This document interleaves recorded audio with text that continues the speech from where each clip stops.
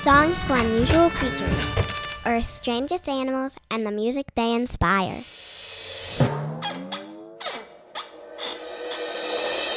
Type Blobfish into your browser, and you'll probably find this picture. A pink gelatinous fish with an incredibly sad frown. It's an amazing picture, and when the world saw it, we began to wonder, what is this unusual creature? Hi, welcome to Songs for Unusual Creatures. I'm your host, Michael Hearst. Today, the incredible true story of the Blobfish. And we'll also perform some music for the Blobfish with the help of some friends. But back to that amazing picture. As we all know, in this day and age, a photograph this spectacular has a pretty good chance of getting spread all across the internet. And that's exactly what happened with the Blobfish. So much so that one website, known as the Ugly Animal Preservation Society, decided to announce that the Blobfish had won the ugliest animal vote. After the ugliest animal endorsement, a few prominent media outlets picked up the story and spread the news all across the world. Suddenly, the Blobfish was a star. There was its grumpy frown on CNN, Fox News, the BBC, the LA Times. You name it, and there was an article about how the Blobfish was the ugliest animal on the planet. But here's the problem with this story. The Blobfish looks quite different in its natural habitat. The Blobfish lives in waters off the coast of Tasmania and Australia at great depths, up to 2,500 feet below the surface. Here, the water pressure is quite extreme. Fortunately for the Blobfish, it's made of a jelly-like substance which is less dense than water, and it can comfortably float just above the ocean floor.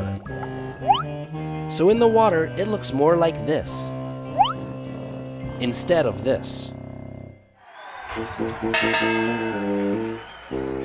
When it came time to compose a song for the Blobfish, I thought of two instruments dueling, like a boxing match.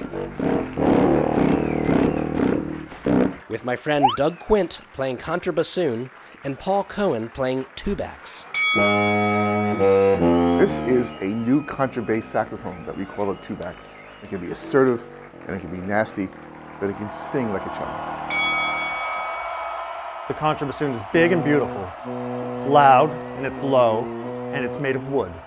And that's why I'll win.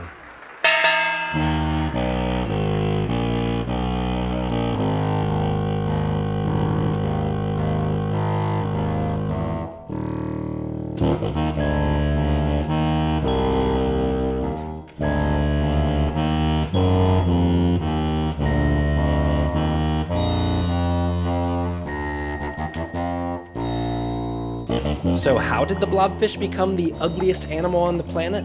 Picture this. One day the Blobfish is minding his business, floating along the ocean floor, when a fishing trawler catches him in its net. He's gone from deep sea high pressure to the low pressure of dry land, and it has a very funny effect on its body. Like a sack of water being put on the ground, the edges blob out. So perhaps the Blobfish in its natural habitat is not quite as ugly as we all think it is.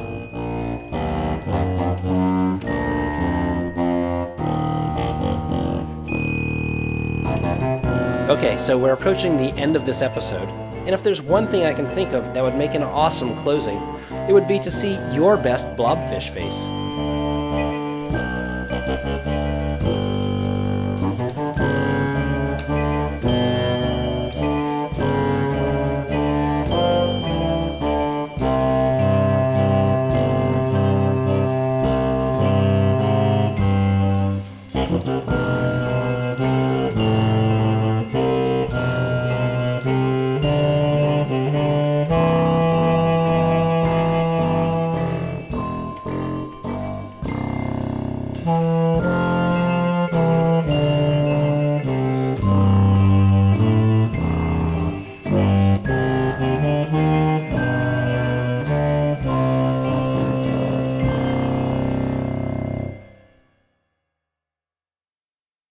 Well, that's all the time we have for Songs for Unusual Creatures.